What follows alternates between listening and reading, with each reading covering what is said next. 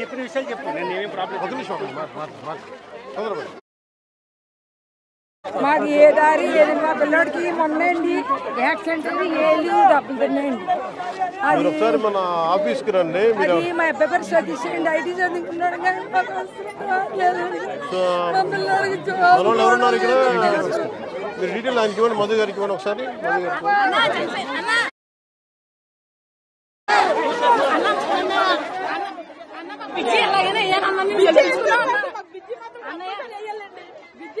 చంటి పిల్లలు, గర్భిణీలు, చాలా మంది స్కూల్ పిల్లలు చాలా ఇదిగా అయిపోతున్నారండి. పిల్లలు వెళ్ళడానికి చాలా ఇబ్బంది పడిపోతున్నారు. మీరు ఎంతకాలం వచ్చి ఇక్కడికి? మేమండి 1 year అవుతుందండి వచ్చి. మీకు ముందు చెప్పలేదా లోతట్టు ప్రాంతం ఏదని? లోతట్టు ప్రాంతం అంటే బ్రిడ్జి వేస్తాం అని చెప్పేసి అన్నారండి. బ్రిడ్జి వేస్తా ఉన్నారు. మాకు ఎంత సంతోషంగా ఉన్నదని కట్టేసుకున్నాం అన్న. 1,80,000 లక్షలు కట్టేసుకున్నాం అన్నయ్య. మేము మాకు చేస్తామని అన్నయ్య. బ్రిడ్జి కావాలండి. ఏమి ఇచ్చినా ముందు బ్రిడ్జి ఇవ్వండి. పిల్లలు స్కూల్కి వెళ్ళడానికి, గర్భిణీలు, బాలింతలు అందరూ ఇబ్బంది ఫస్ట్ 2000 ప్లాట్స్ సార్ ఇక్కడ. ఎంతమంది వచ్చారు? 230 మంది కన్స్ట్రక్ట్ చేస్తున్నారు. 230. సో అవన్నీ స్ప్రెడ్ అవుట్ సార్, ఒక చోట ఉన్నవి కాదు సార్. అందువల్ల కొంచెం కాలనీ అంతా మనకి ఇలా స్ప్రెడ్ అవుట్ కనపడుతుంది. 30 acres లో ఉంది. మేము మంచినీళ్ళు చాలా ఇబ్బంది పడిపోతున్నాం అన్నయ్య. జలం వచ్చేస్తున్నాయి ట్యాంపులోని, అట్లా డ్రమ్ములో పెట్టుకున్న నీళ్ళు చాలా ఇబ్బంది పడిపోతున్నాం. అలాగే నీళ్ళు బాగుంటలేదు అన్నయ్య.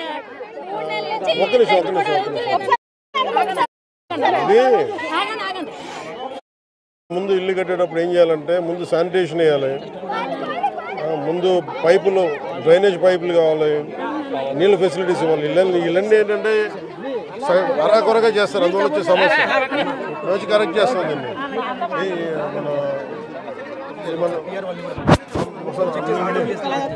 మళ్ళీ డ్రైనేజీలు కూడా లేవన్నయ్య. ఒకటి ఇంట్లో ఒక నీళ్ళు వచ్చేసుకుని దోమలు ఏం చేస్తారు మీ డ్రైనేజ్ కి? చాలా బాధపడుతున్నాం అన్నయ్య. మోటార్ తీసుకుని what is the name when you play put a layout basically you have to do drainage no sir original ga we'll have to have a CC drain sir.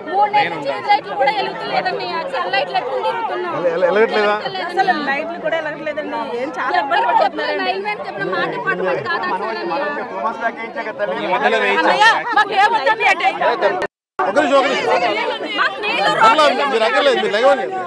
College పిల్లలు కూడా ఎదుగుతున్నారండి.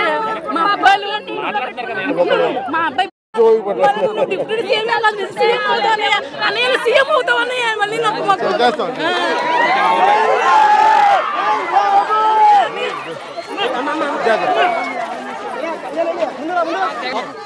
ఇక్కడ మొత్తం district మొత్తం మీద ఇక్కడ హెక్టార్సా మీరు అనేది? 10,000 సార్ ఆల్మోస్ట్.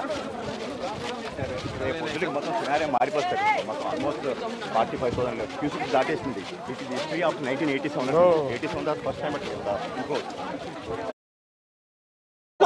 తర్వాత మీకు నిధులు లేవన్నారు కాబట్టి పంచాయతీలో తర్వాత వచ్చిన తర్వాత బ్రిడ్జ్ చేయొచ్చు అన్న. ఫస్ట్ ఏం కావాలి? ఫస్ట్ తాత్కాలికంగా రోడ్డు కావాలి. తాడిపత్రి నుంచి వచ్చి రోడ్డు ఉందన్న, అది ప్రస్తుతానికి బ్రిడ్జ్ వచ్చే లోపు అది చేయొచ్చు అన్న. తర్వాత ప్రస్తుతానికి వచ్చేసి ఇక్కడ వాటర్ లేదన్న సప్లై. నెక్స్ట్ వచ్చేసి కమిషనర్ అనేది ఇక్కడ రెస్పాన్స్ లేదని నేను చెప్తాను. నా ప్రాణం ఉండి నా ప్రాణం తీర్చానండి. రెస్పాన్స్ లేదండి. ఈనాటి వరద వచ్చిందండి. ఇన్ఛార్జ్ గారు గొల్లపిల్లి బాబీ గారు, మన బల్రెడ్డి గంగబాబు గారు, మన బస్స చిట్టుబాబు గారు, ఈయన వీళ్ళందరూ కలిసి ఇక్కడ నేతృత్వంలో ఫుడ్ ఏర్పాటు చేస్తున్నారండి. దేనికన్నా ఇక్కడ ఉండవలసింది వచ్చి 10 మందిని చూసుకుని ఎలా ఉన్నారు, మీరు ఏ విధంగా ఉన్నారు అప్రమత్తం చేయాలి కదా సార్. ఎండి గారి మీద, ఇన్ఛార్జ్ గారి మీద వదిలేస్తే ఎలా ఉంటుంది సార్? ఇక్కడ యాక్చువల్లీ పోస్టెడ్ డ్యూటీ చేశారని actually there is issue with commissioner sir. కానీ ఇప్పుడు గొడవ తర్వాత వెళ్ళిపోయారా? విజయవాడలో సార్ ఏంటంటే సార్ మెయిన్ ఇక్కడ రాజకీయం ఏంటంటే సార్ 2014 నుంచి ఉండే కార్యకర్తలను ఎవరు పట్టించుకోవట్లేదు సార్. మధ్యలో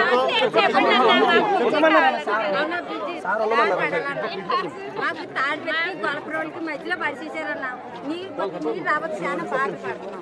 తాడిపెత్తికి గొల్లపురంకి మధ్యలో పరిచేసారన్న. అదే అన్న అంటే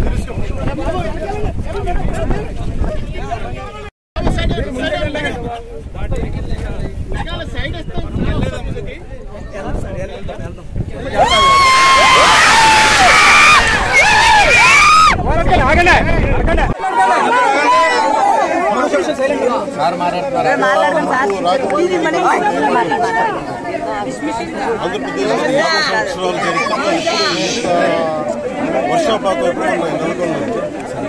లాస్ట్ 20-30 ఇయర్స్గా కూడా ఇంత అన్ని రిజర్వాయర్స్ నిండిపోయి ఆల్మోస్ట్ మన వరద ముంపు పరిస్థితులు వచ్చినాయి. ఇది వైఎస్ఆర్ కాలనీ చూసాం, లోపలికి వెళ్ళి మొత్తం చూస్తే మేజర్ ఈ కాలనీ ఒక సమస్య ఏంటంటే ఇది లోతట్టు ప్రాంతంలో ఇచ్చారు, 4 అడుగుల లోతు. ఇది దాదాపు ఒక మార్కెట్ ప్రైస్ అంటే మన రిజిస్ట్రేషన్ ప్రైస్ ఒక 13 లక్షలు ఉంటే దాదాపు ఒక 33 లక్షలు బేసిక్ ఉన్న ప్రైస్ 30 లక్షలు. దీన్ని అత్యధికంగా దాదాపు 60 లక్షల రూపాయలకి అమ్మి 60 లక్షల పైచులకు 64 లక్షలు కనుకుంటే సరిగ్గా చెప్పాలి. 24 లక్షల మీద దాదాపు 32 ఎకరాలు మన జగనన్న కాలనీ పెట్టారు. ఇక్కడ ఇది ఆల్రెడీ ముంపు ప్రాంతాలు. ఇవన్నీ ఈ ముంపు ప్రాంతాలు ఎవరి కొనని చోట్ల పెట్టారు. కనీసం వాళ్ళ లోపల కంప్లైంట్ ఏముంది అంటే కనీసం వాటర్ డ్రైనేజ్ పైపులు లేవు, బయటికి వెళ్ళే పరిస్థితులు లేవు.